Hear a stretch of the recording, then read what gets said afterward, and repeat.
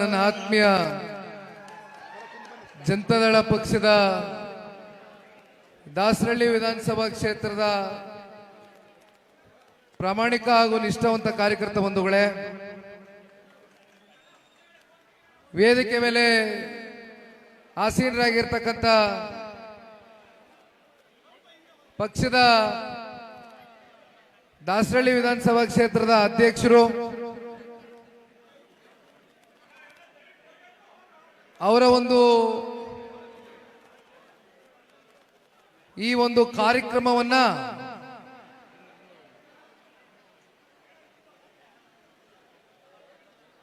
ದೊಡ್ಡ ಮಟ್ಟದ ಯಶಸ್ವಿಯಾಗಿ ಮಾಡ್ತಕ್ಕಂಥದಕ್ಕೆ ಸಾಕಷ್ಟು ಶ್ರಮವನ್ನ ವಹಿಸಿ ಮುನ್ಸಾಮಣ್ಣ ಅವರು ಕೂಡ ಈ ಒಂದು ಕಾರ್ಯಕ್ರಮಕ್ಕೆ ಮೆರುಗನ್ನ ತಂದುಕೊಟ್ಟಿದ್ದಾರೆ. ಜೊತೆಯಲ್ಲಿ ಈಗ ತಾನೇ ನಿಮ್ಮೆಲ್ಲರನ್ನು ಉದ್ದೇಶಿಸಿ ಮಾತನಾಡಿರ್ತಕ್ಕಂಥ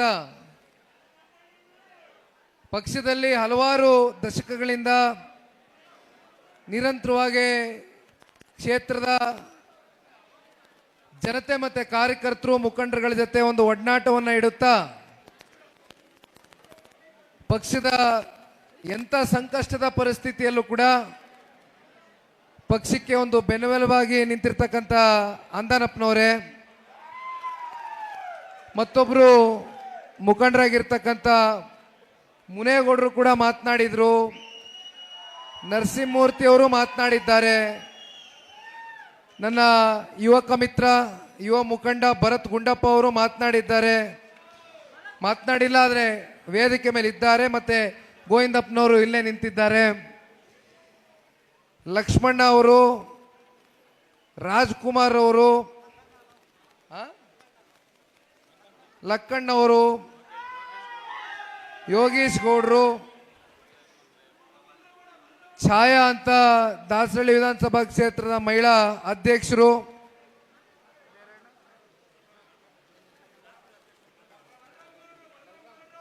ಬಲರಾಮ್ ಗೌಡ್ರು,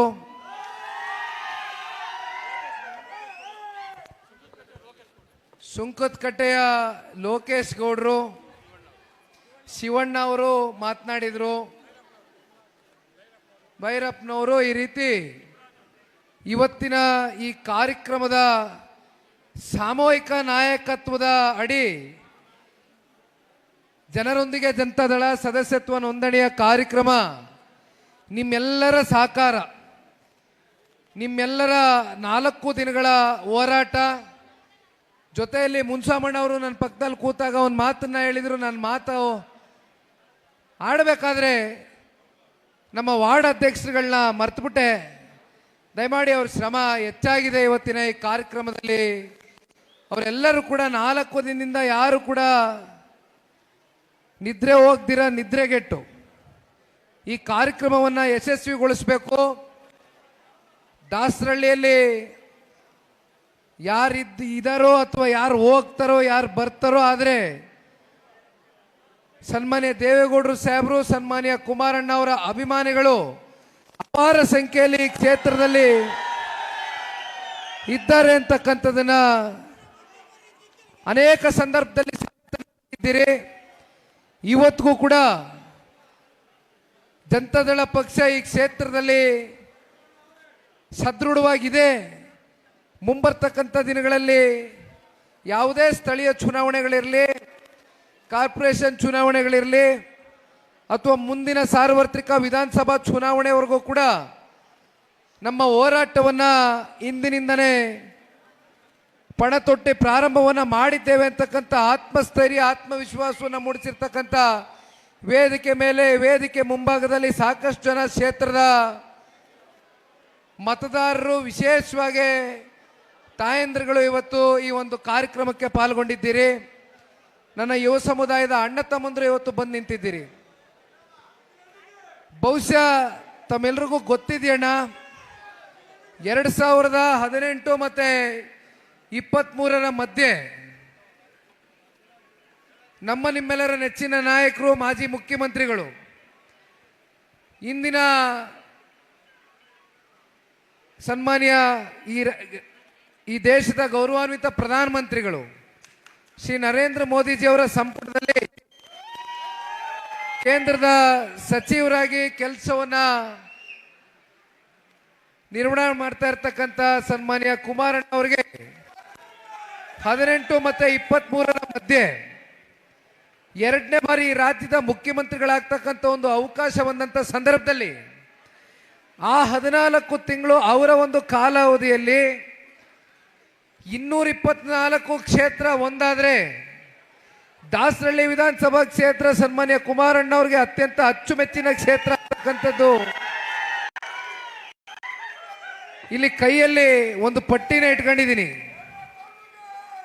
ಏನು ಸನ್ಮಾನ್ಯ ಕುಮಾರಣ್ಣ ಅವರು ದಾಸರಳ್ಳಿ ವಿಧಾನಸಭಾ ಕ್ಷೇತ್ರಕ್ಕೆ 2018 ಮತ್ತು 23ರ ಮಧ್ಯೆ ಅವರು ಮುಖ್ಯಮಂತ್ರಿಗಳಾದಂಥ ಸಂದರ್ಭದಲ್ಲಿ ತಾಲೂಕಿನ ಸರ್ವತೋಮುಖ ಅಭಿವೃದ್ಧಿಗೆ ಸಾವಿರಾರು ಕೋಟಿ ರೂಪಾಯಿ ಅನುದಾನವನ್ನು ಕೊಟ್ಟಿರ್ತಕ್ಕಂಥದ್ದು ಬಹುಶಃ ಕ್ಷೇತ್ರದ ಒಂದು ಇಷ್ಟು ವರ್ಷಗಳ ಒಂದು ಇತಿಹಾಸದ ಪುಟಗಳಲ್ಲಿ ಉಳಿದೋಗ್ತಕ್ಕಂಥ ಕೆಲವೊಂದಷ್ಟು ತೀರ್ಮಾನಗಳು ಸನ್ಮಾನ್ಯ ಕುಮಾರಣ್ಣ ಅವರು ತೆಗೆದುಕೊಂಡಿದ್ರು. ಅದರಲ್ಲಿ ಈ ಪಟ್ಟಿಯಲ್ಲಿ ನಾವು ಓದ್ತಾ ಹೋದರೆ ಬಹುಶಃ 10,000ಕ್ಕೂ ಹೆಚ್ಚು ಹಕ್ಕುಪತ್ರಗಳನ್ನ ಒಂದು ವಿತರಣೆ ಮಾಡ್ತಕ್ಕಂಥ ಕಾರ್ಯಕ್ರಮ ಸನ್ಮಾನ್ಯ ಕುಮಾರಣ್ಣ ಅವರ ಕಾಲ್ಗಡದಲ್ಲಾಯಿತು. ಜೊತೆಯಲ್ಲಿ ಸ್ಲಮ್ ಬೋರ್ಡ್ ಮತ್ತು BBMP ಸೇರಿದಂತೆ 2,500 ಅಷ್ಟು ಯಾರ್ಯಾರಿಗೆ ಮನೆಗಳು ಕೇಳಿದ್ರು ಅಂಥವ್ರಿಗೆ ಗುರುತಿಸಿ ಮನೆಗಳನ್ನ ಕೊಡ್ತಕ್ಕಂಥ ಕೆಲಸ ಆಗಿರ್ತಕ್ಕಂಥದ್ದು ಅಷ್ಟೇ ಅಲ್ಲ, KPS ಶಾಲೆ, ಕರ್ನಾಟಕ ಪಬ್ಲಿಕ್ ಶಾಲೆ ಸನ್ಮಾನ್ಯ ಕುಮಾರಣ್ಣ ಅವರ ಕನಸಿನ ಕೂಸಿನ ಕಾರ್ಯಕ್ರಮ ಅದು ಕೂಡ ದಾಸರಳ್ಳಿಯಲ್ಲಿ ಪ್ರಾರಂಭ ಆಗಿರ್ತಕ್ಕಂಥದ್ದು. ಈ ರೀತಿ ಓದ್ತಾ ಹೋದರೆ ಇಲ್ಲಿ ಸುಮಾರು ಪಟ್ಟಿನೇ ಕೈಯಲ್ಲಿದೆ. ಹಾಗಾಗಿ ನಮಗೆ ನಿಮಗೆಲ್ಲ ಗೊತ್ತಿದೆಯಣ್ಣ, ಇವತ್ತು ಸನ್ಮಾನ್ಯ ಕುಮಾರಣ್ಣ ಅವರಿಗೆ, ದೇವೇಗೌಡರು ಸಾಹೇಬರಿಗೆ, ಜೊತೆಯಲ್ಲಿ ನಿಮಗೆ ಇವತ್ತು ಸನ್ಮಾನ್ಯ ಕುಮಾರಣ್ಣ ಅವ್ರ ಮೇಲೆ, ದೇವೇಗೌಡರ ಮೇಲೆ ಇರ್ತಕ್ಕಂಥ ಅಭಿಮಾನ ಇವತ್ತು ನಾವು ಎದ್ದು ಕಾಣ್ಬೋದು. ಈ ಒಂದು ಕಾರ್ಯಕ್ರಮದಲ್ಲಿ ಈ 4 ದಿನದಲ್ಲಿ ನೀವೆಲ್ಲರೂ ಪಟ್ಟಿರುವಂಥ ಶ್ರಮ, ಇವತ್ತು ಚಂದ್ರಗ್ರಹಣ ಇದೆ, ಇವತ್ತು ಕಾರ್ಯಕ್ರಮ. ನಾನು ಡೆಲ್ಲಿಲಿದ್ದಾಗ ಸನ್ಮಾನ್ಯ ಕುಮಾರಣ್ಣವರು ಇವತ್ತು ದೇವಸ್ಥಾನಕ್ಕೆ ನೀನು ಹೋಗಿ ಬರ್ಬೇಕಪ್ಪ, ಕಾರ್ಯಕ್ರಮ ಏನಾದ್ರು ಮುಂದೂಡಿಕೆ ಆಗ್ತದ ಅಂತಕ್ಕಂಥದ್ರ ಬಗ್ಗೆ ನನ್ನ ಹತ್ರ ಚರ್ಚೆ ಮಾಡಿದಾಗ ನಾನು ಒಂದೇ ಮಾತು ಹೇಳಿದೆ, ನಮ್ಮ ಒಂದು ಕರೆಗೆ ನಿದ್ರೆಗೆಟ್ಟು ನಮ್ಮ ಮುಖಂಡರುಗಳು, ಕಾರ್ಯಕರ್ತರು, ಈ ನಾಯಕರುಗಳು ಈ ಕ್ಷೇತ್ರದಲ್ಲಿ ಪಟ್ಟಿರ್ತಕ್ಕಂಥ ಶ್ರಮಕ್ಕೆ ನಾವು ಬೆಲೆ ಕೊಡ್ತಕ್ಕಂಥ ಕೆಲಸ ಮಾಡಬೇಕು. ಯಾವ ಕಾರಣಕ್ಕೂ ಕೂಡ ಇಲ್ಲಿಂದ ನಾನು ದೇವಸ್ಥಾನಕ್ಕೆ ತೆರಳಬೇಕಾಗಿದೆ. ಆದರೆ ಮೊದಲು ದಾಸರಳ್ಳಿ ವಿಧಾನಸಭಾ ಕ್ಷೇತ್ರದ ಕಾರ್ಯಕ್ರಮ ಏನು ಕೊಟ್ಟಿದ್ದೇವೆ ಆ ಕಾರ್ಯಕ್ರಮವನ್ನು ಮುಕ್ತಾಯ ಮಾಡಿದ ನಂತರವೇ ಮುಂದಿನ ಕಾರ್ಯಕ್ರಮವನ್ನು ನಾನು ಆಲೋಚನೆ ಮಾಡ್ತೇನೆ ಅಂತಕ್ಕಂಥದ್ದನ್ನ ಹೇಳ್ತಾ, ತಮ್ಮೆಲ್ರಿಗೂ ಗೊತ್ತಿದೆ ಬೆಂಗಳೂರು ನಗರದಲ್ಲಿ ಸನ್ಮಾನ್ಯ ದೇವೇಗೌಡರು ಸಾಹೇಬರ ಕೊಡುಗೆಗಳು. ಇವತ್ತೇನಾದ್ರು ಬೆಂಗಳೂರು ನಗರಕ್ಕೆ ಮೊದಲನೇ ಫ್ಲೈಓವರು ಕಟ್ಟದಂಥವ್ರು ಯಾರಾದರೂ ಇದ್ದರೆ ಅದು ಸನ್ಮಾನ್ಯ ದೇವೇಗೌಡರು ಸಾಹೇಬರು ಶಿರ್ಸಿಯ ಫ್ಲೈಓವರು. ಅಂದಿನ ಕಾಲದಲ್ಲಿ ಸನ್ಮಾನ್ಯ ದೇವೇಗೌಡರು ಸಾಹೇಬರು ಕಟ್ಟಿರ್ತಕ್ಕಂಥ ಫ್ಲೈಓವರ್ ಯಾವ ರೀತಿ ಆ ಕಾಮಗಾರಿ ನಡೆದಿದೆ ಅಂತಕ್ಕಂಥದ್ದು ಇವತ್ತು ಕೂಡ ನಮ್ಮ ಕಣ್ಮುಂದೆ ಸಾಕ್ಷಿ ಇದೆ. ಅಷ್ಟೇ ಅಲ್ಲ, ಇವತ್ತು ಇಡೀ ಬೆಂಗಳೂರು ನಗರಕ್ಕೆ 9 TMC ನೀರನ್ನು ಕುಡಿತಕ್ಕಂಥ ಯೋಜನೆಯನ್ನು ಮೊದಲನೇ ಹಂತದಲ್ಲಿ ಪ್ರಾರಂಭ ಮಾಡಿ ಅದನ್ನು ಕಾರ್ಯಗತ ಮಾಡಿ ಅದನ್ನು ಕಾರ್ಯರೂಪಕ್ಕೆ ತಗೊಂಡು ಬಂದಿರತಕ್ಕಂಥ ಮಹನೀಯ ನಾಯಕ ಯಾರಾದರೂ ನಮ್ಮ ಭಾರತ ದೇಶದಲ್ಲಿ, ನಮ್ಮ ರಾಜ್ಯದಲ್ಲಿ ಇದ್ದರೆ ಅದು ಸನ್ಮಾನ್ಯ ದೇವೇಗೌಡರು ಸಾಹೇಬ್.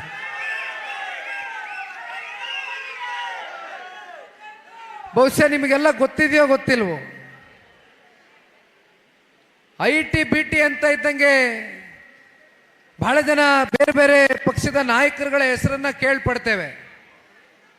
ಆದರೆ IT BT ಸೆಕ್ಟರ್ಗೆ ಟ್ಯಾಕ್ಸ್ ರಿಬೇಟನ್ನು ಕೊಟ್ಟಂಥದ್ದು, ತೆರಿಗೆ ವಿನಾಯಿತಿಯನ್ನು ಘೋಷಣೆ ಮಾಡಿದಂಥದ್ದು ಸನ್ಮಾನ್ಯ ದೇವೇಗೌಡರು ಸಾಹೇಬ್.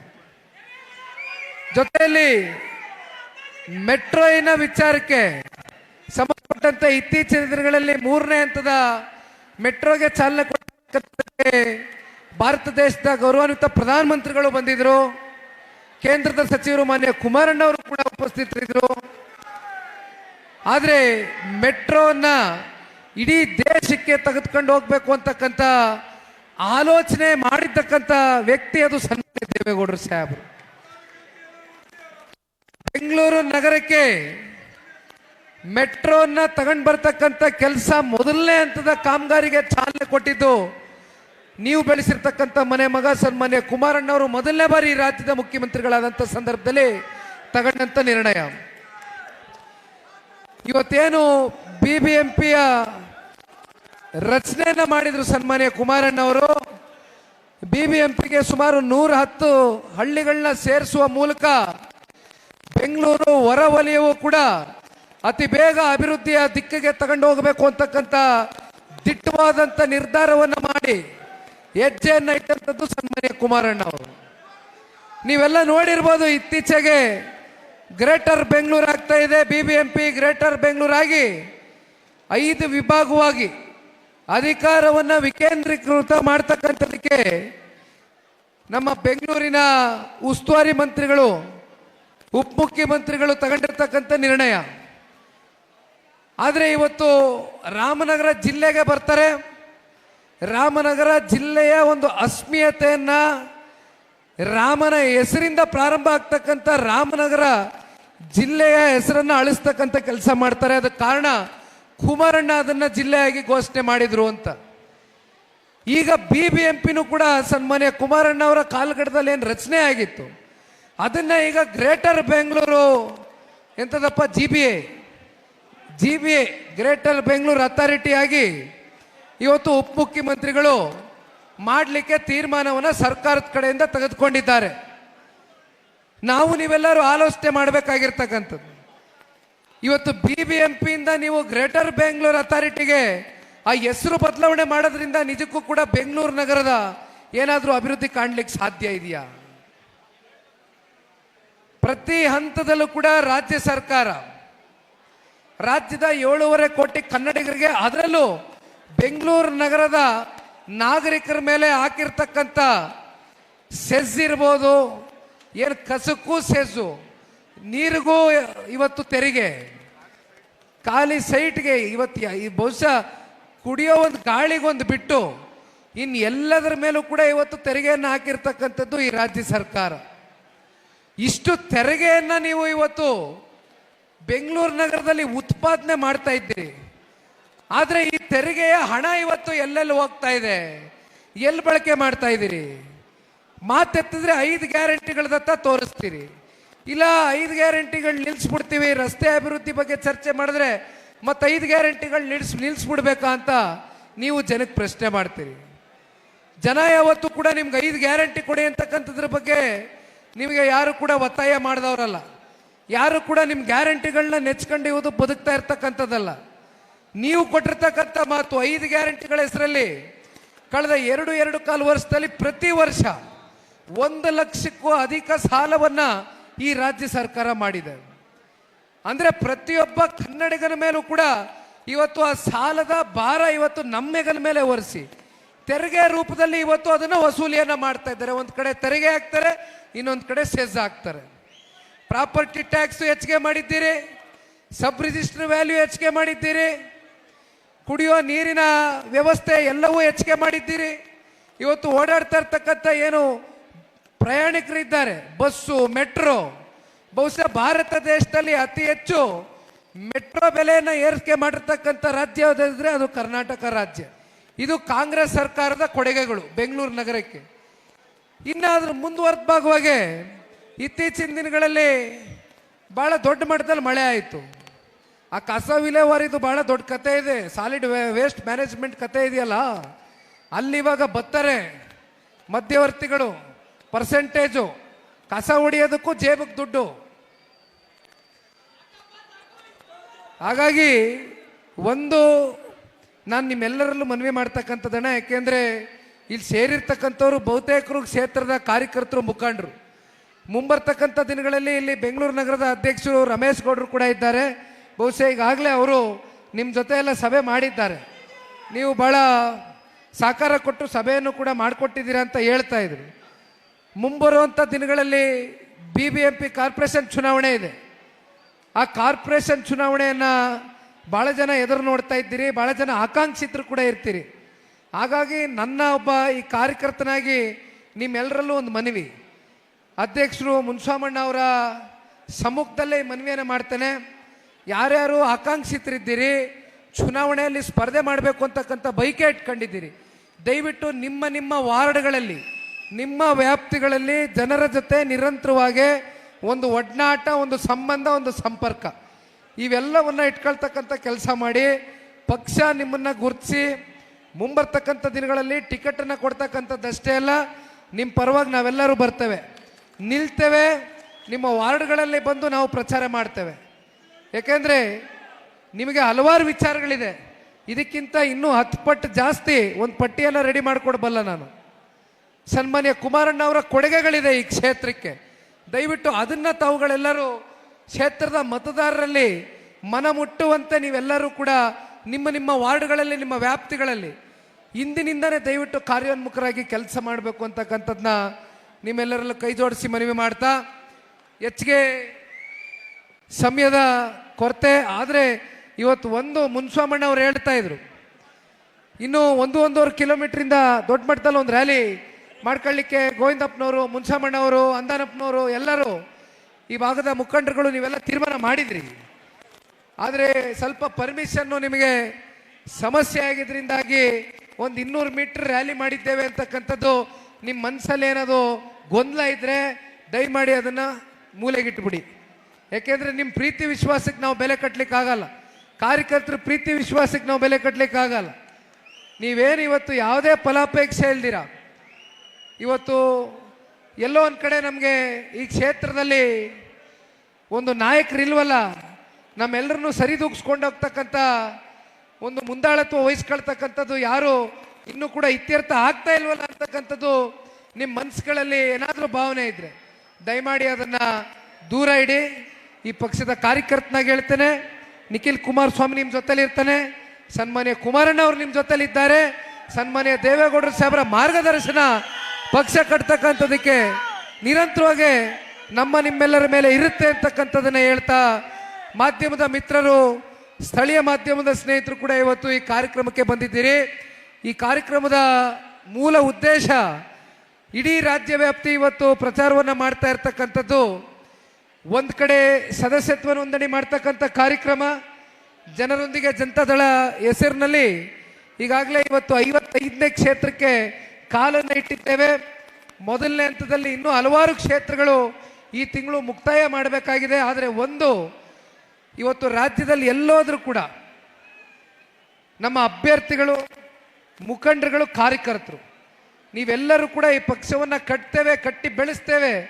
ಸನ್ಮಾನ್ಯ ದೇವೇಗೌಡರಿಗೆ ಮುಂಬರ್ತಕ್ಕಂಥ ದಿನಗಳಲ್ಲಿ ಪಕ್ಷದಿಂದ ಅತಿ ಹೆಚ್ಚು ಶಾಸಕರನ್ನ ಒಂದು ಉಡುಗೊರೆಯಾಗಿ ಕೊಡ್ತೇವೆ ಅಂತಕ್ಕಂಥ ಆತ್ಮವಿಶ್ವಾಸದ, ಆತ್ಮಸ್ಥೈರ್ಯದ ಮಾತುಗಳನ್ನ ತಾವೇನು ಆಡ್ತಾ ಇದ್ದೀರಿ. ಇವತ್ತು ನನ್ನ ಕೆಲಸ ಇಷ್ಟೇ ಅಣ್ಣ, ನಾನು ಒಬ್ಬ ಕಾರ್ಯಕರ್ತನಾಗಿ ಏನು ನಡೀತಾ ಇದೆ ಇಡೀ ರಾಜ್ಯ ವ್ಯಾಪ್ತಿ ಪ್ರತಿಯೊಂದು ಕ್ಷೇತ್ರದಲ್ಲಿ ಅಂತಕ್ಕಂಥ ವರದಿಯನ್ನು ಮಾಡಬೇಕಾಗಿದೆ. ಆ ವರದಿಯನ್ನು ಸನ್ಮಾನ್ಯ ಕುಮಾರಣ್ಣ ಅವ್ರಿಗೆ, ಸನ್ಮಾನ್ಯ ದೇವೇಗೌಡರು ಸಾಹೇಬ್ರ ಹತ್ರ ಸಲ್ಲಿಸ್ತಕ್ಕಂಥ ಕೆಲಸ ಮಾಡ್ತೇವೆ. ಅಂತಿಮವಾಗಿ ನಾನೇನಾದರೂ ನಿಮಗೆ ಪ್ರಶ್ನೆ ಮಾಡಿದರೆ ಯಾರು ಕೂಡ ದಯಮಾಡಿ ಅನ್ಯತಾ ಭಾವಿಸ್ಬೇಡಿ. ಪಕ್ಷದ ಹಿತಕ್ಕೋಸ್ಕರ, ನಮ್ಮ ನಿಮ್ಮೆಲ್ಲರ ಹಿತಕ್ಕೋಸ್ಕರ ಮುಂದಿನ ದಿನಗಳಲ್ಲಿ ನಮ್ಮನ್ನು ನಂಬ್ಕೊಂಡಿರ್ತಕ್ಕಂಥ ಕಾರ್ಯಕರ್ತರನ್ನ ಒಂದು ದಡ ಮುಟ್ಟಿಸ್ಬೇಕು ಅನ್ನೋದಕ್ಕೋಸ್ಕರ ನಿಖಿಲ್ ಕುಮಾರಸ್ವಾಮಿ ಒಂದು ಪ್ರಶ್ನೆ ಮಾಡಬಹುದು. ಅದು ಸಂಘಟನೆ ವಿಚಾರದಲ್ಲಿ ಬಿಟ್ಟರೆ ಬೇರೆ ಇತ್ಯರ್ಥಗಳು, ತೀರ್ಮಾನಗಳು ಇದು ಯಾವುದೇ ಮಾಡದಿದ್ರೂ ಕೂಡ ಪಕ್ಷದ ವರಿಷ್ಠರಿದ್ದಾರೆ, ಪಕ್ಷದ ನಾಯಕರಿದ್ದಾರೆ, ಅವ್ರ ಮುಂದೆ ವರದಿ ಇಡ್ತಕ್ಕಂಥ ಕೆಲಸ. ಇಲ್ಲಿ ರಮೇಶ್ ಗೌಡರು ಸ್ವಲ್ಪ ಒಂದೊಂದ್ಸಲಿ ಕೂಗಾಡ್ತಾ ಇರ್ತಾರೆ, ತಾಳ್ಮೆ ಕಮ್ಮಿ ಅನ್ನೋದೇನಿಲ್ಲ, ತಾಳ್ಮೆ ಇದೆ, ಸ್ವಲ್ಪ ಮಾತು ಹೊರಟು. ಹಾಗಾಗಿ ಯಾರು ಅನ್ಯತಾ ಭಾವಿಸ್ಬಾರ್ದು. ಅವರು ಅವ್ರ ಕೆಲಸ ಮಾಡ್ತಾ ಇದ್ದಾರೆ, ಗಾಡೀಲಿ ಬರ್ತಾ ಹೇಳ್ತಾ ಇದ್ರು, ಸ್ವಲ್ಪ ನೀವು ರಾಜ್ಯ ಸುತ್ತಾ ಇದ್ದೀರಣ್ಣ, ಜೊತೆಲಿ ಬೆಂಗಳೂರು ನಗರನೂ ಕಾನ್ಸಂಟ್ರೇಟ್ ಮಾಡಬೇಕು, ನೀವು ಹೆಚ್ಚಾಗಿ ಇಲ್ಲಿ ಸಮಯ ಕೊಡಬೇಕು ಅಂತ ಹೇಳ್ತಾ ಇದ್ರು. ಖಂಡಿತವಾಗ್ಲೂ ಕಾರ್ಪೊರೇಷನ್ ಚುನಾವಣೆಗೆ ನಾವೆಲ್ಲ ಸಿದ್ಧರಾಗಬೇಕಾಗ್ತದೆ. ಯಾಕೆಂದರೆ ಇನ್ನೇನು ಸುಪ್ರೀಂ ಕೋರ್ಟು ಕೂಡ ಚೀಮಾರಿ ಆಗ್ತಾ ಇದೆ. ಈಗ ದಿನಾಂಕ ಘೋಷಣೆ ಮಾಡೋದು ನಾವೆಲ್ಲರೂ ಕೂಡ ಕಾಯ್ತಾ ಇದ್ದೇವೆ. ಹಾಗಾಗಿ ನಾವೆಲ್ಲರೂ ಇಂದಿನಿಂದಾನೆ ಇವತ್ತೇನು ದೊಡ್ಡ ಮಟ್ಟದಲ್ಲಿ ಕಾರ್ಯಕರ್ತರು ಮುಖಂಡರು ಸೇರಿದ್ದೀರಿ, ನಮ್ಮ ಪೊಲೀಸ್ ಸಿಬ್ಬಂದಿಗಳಿಗೂ ನಾನು ಧನ್ಯವಾದಗಳನ್ನ ತಿಳಿಸ್ತೇನೆ. ಯಾಕೆಂದರೆ ನೀವು ಕೂಡ ಭಾಳ ಇವತ್ತು ಈ ಕಾರ್ಯಕ್ರಮವನ್ನು ಯಶಸ್ವಿಗೊಳಿಸ್ತಕ್ಕಂಥದ್ದಕ್ಕೆ ನಿಮ್ಮ ಸಹಕಾರವನ್ನು ಕೊಟ್ಟಿದ್ದೀರಿ. ಒಟ್ಟಾರೆಯಾಗಿ ಈ ಕಾರ್ಯಕ್ರಮ ಯಶಸ್ವಿಯಾಗಿ ಮಾಡಿದ್ದೀರಿ. ನಿಮ್ಮೆಲ್ಲರ ಈ ಒಂದು ಯಶಸ್ಸಿನ ಕಾರ್ಯಕ್ರಮದ ಹಿಂದೆ ಇರ್ತಕ್ಕಂಥ ಹೋರಾಟಕ್ಕೆ ನನ್ನೆಲ್ಲ ಅನಂತ ಅನಂತ ಧನ್ಯವಾದಗಳು, ಅಭಿನಂದನೆಗಳು ಸಲ್ಲಿಸ್ತಾ, ಮತ್ತೆ ಈ ಮೆಂಬರ್ಶಿಪ್ ಡ್ರೈವ್ ಪ್ರಕ್ರಿಯೆ ಈಗಾಗಲೇ ಒಂದು ನಂಬರನ್ನು ಕೊಟ್ಟಿದ್ದೇವೆ. ಇಡೀ ರಾಜ್ಯ ವ್ಯಾಪ್ತಿ ಆ ನಂಬರಿಗೆ ಮಿಸ್ಡ್ ಕಾಲ್ ಕೊಡ್ತಕ್ಕಂಥದ್ದಷ್ಟೇ ಅಲ್ಲ, ಸಕ್ರಿಯ ಸದಸ್ಯರ ಒಂದು ನೇಮಕಾತಿ ಆಗಬೇಕು ಅಂದರೆ ಫಾರಮನ್ನು ಫಿಲ್ ಮಾಡಬೇಕು.